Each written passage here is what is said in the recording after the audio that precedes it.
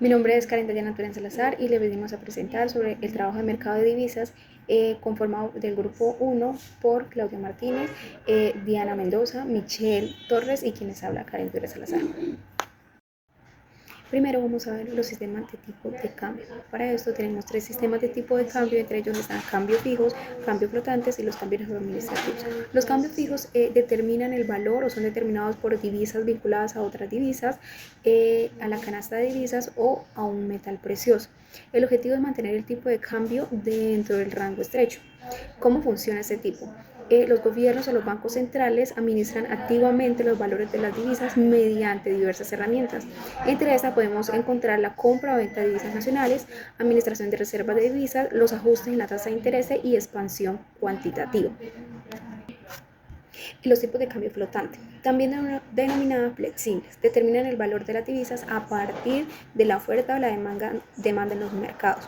¿Cómo funciona este tipo de cambio? Los valores de las divisas fluctúan libremente sin intervención directa del gobierno o del Banco Central.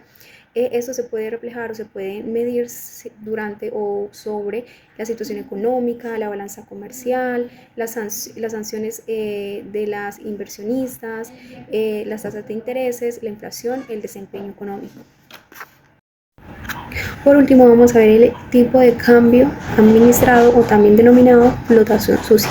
Determinado o determina el valor de la divisa principalmente a través de las fuerzas del mercado y de ciertas intervenciones del gobierno y los bancos centrales.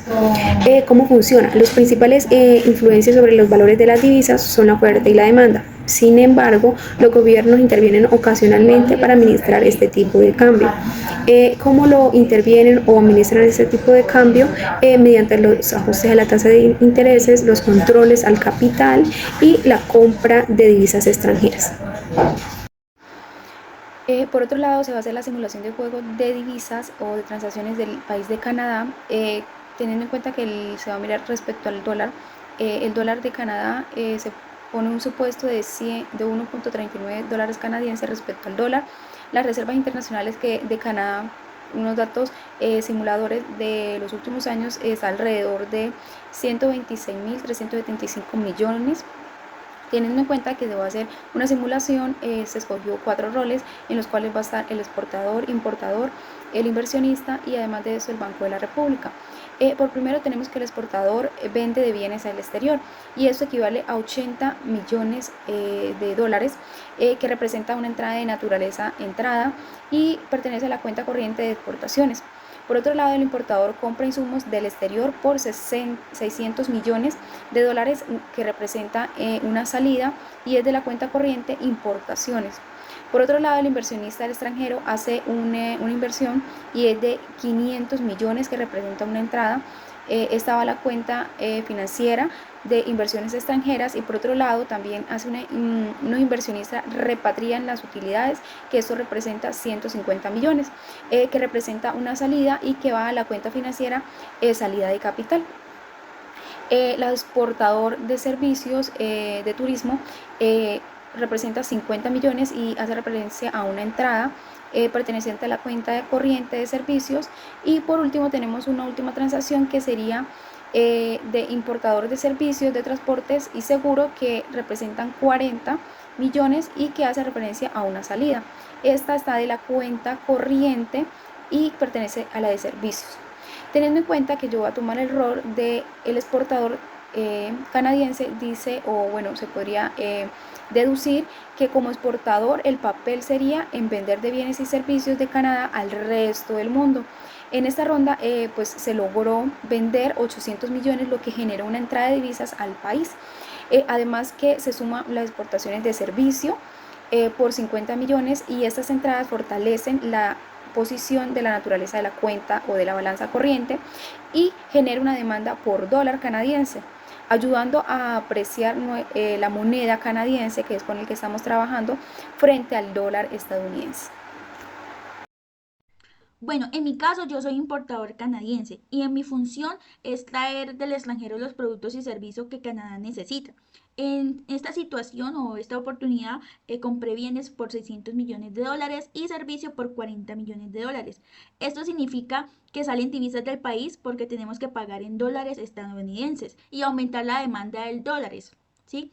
El dólar canadiense se puede depreciar frente al estadounidense, ¿sí?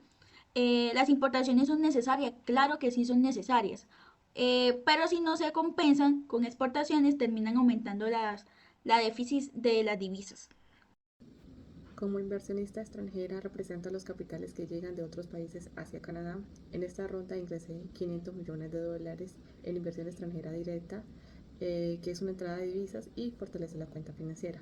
Sin embargo, también debo repatriar utilidades por valor de 150 millones de dólares, lo que constituye una salida importante de capital.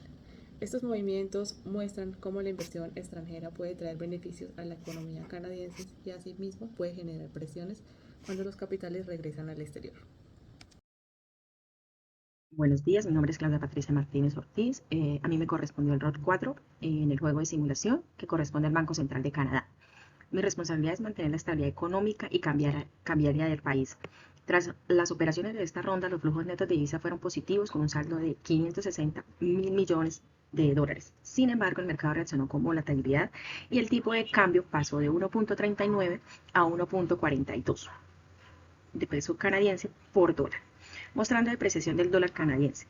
Para estabilizar la moneda decidí intervenir y vender 100 millones de dólares de reserva internacionales que bajaron de 126.375 a 126.275 millones de dólares. Con esta acción logramos estabilizar el tipo de cambio en 1.440 peso canadiense por dólar, evitando fluctuaciones bruscas que afecten la confianza de inversionistas y consumidores.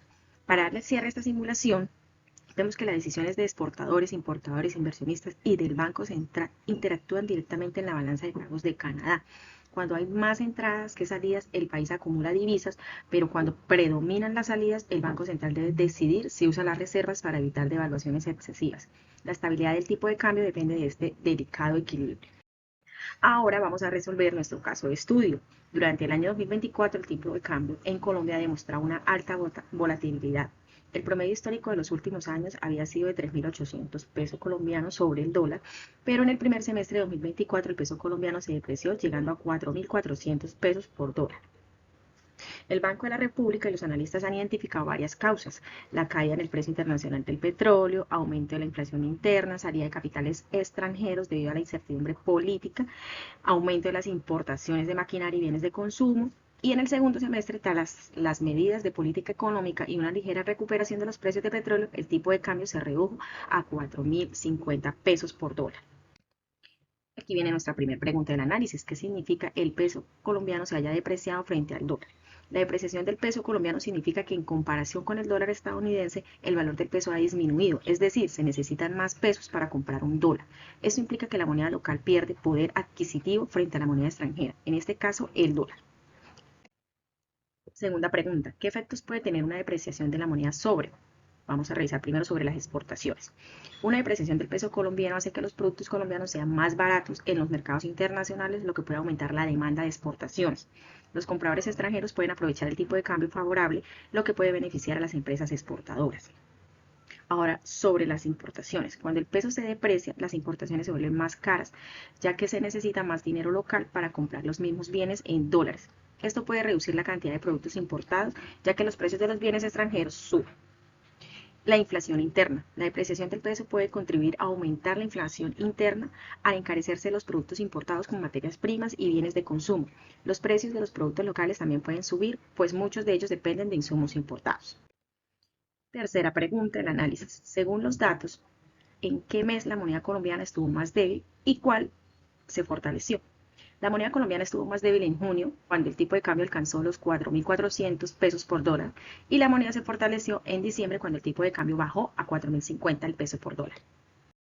Siguiendo con las preguntas de análisis, se dice que la pregunta número 4 es: si en junio un importador compró maquinarias de Estados Unidos por $100.000, ¿cuántos pesos pagó? Entonces se dice que en el mes de junio el tipo de intercambio estaba en 4.400 pesos por dólar. Entonces la cuenta es $100 por 4.400 pesos, los que nos da 440 millones de pesos. ¿Qué significa esto? Que la empresa tuvo que pagar mucho más en pesos debido a que el dólar estaba caro, ¿sí? En ese mes. Cuando el peso colombiano se deprecia frente al dólar, la importación se encarece. porque se necesita más pesos para comprar lo mismo en dólares. Entonces podríamos decir que esto no solo afecta a las empresas que importan maquinaria o insumos, sino que también a nosotros como consumidores, porque pues al subir los costos también suben los precios de muchos productos, ¿sí? Y servicios.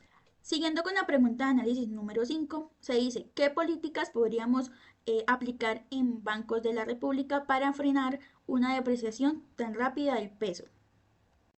Entonces, pues la respuesta sería que se puede usar una política monetaria restrictiva que básicamente consiste en subir las tasas de interés. ¿Por qué? Porque pues si las tasas son más altas se vuelve más atractivo invertir en Colombia, ¿sí? Lo que atrae más dólar al país, se realizan más movimientos y al ver más oferta de dólares, el peso deja de perder tanto valor. Y pues otra alternativa sería que el Banco de la República utilice sus reservas internacionales para vender dólares directamente en el mercado y así controlar la subida tan rápida de la tasa de intercambio. Se quiere decir que con estas medidas lo que se busca es que el peso no se deprecie tan rápido y que la economía se mantenga más estable.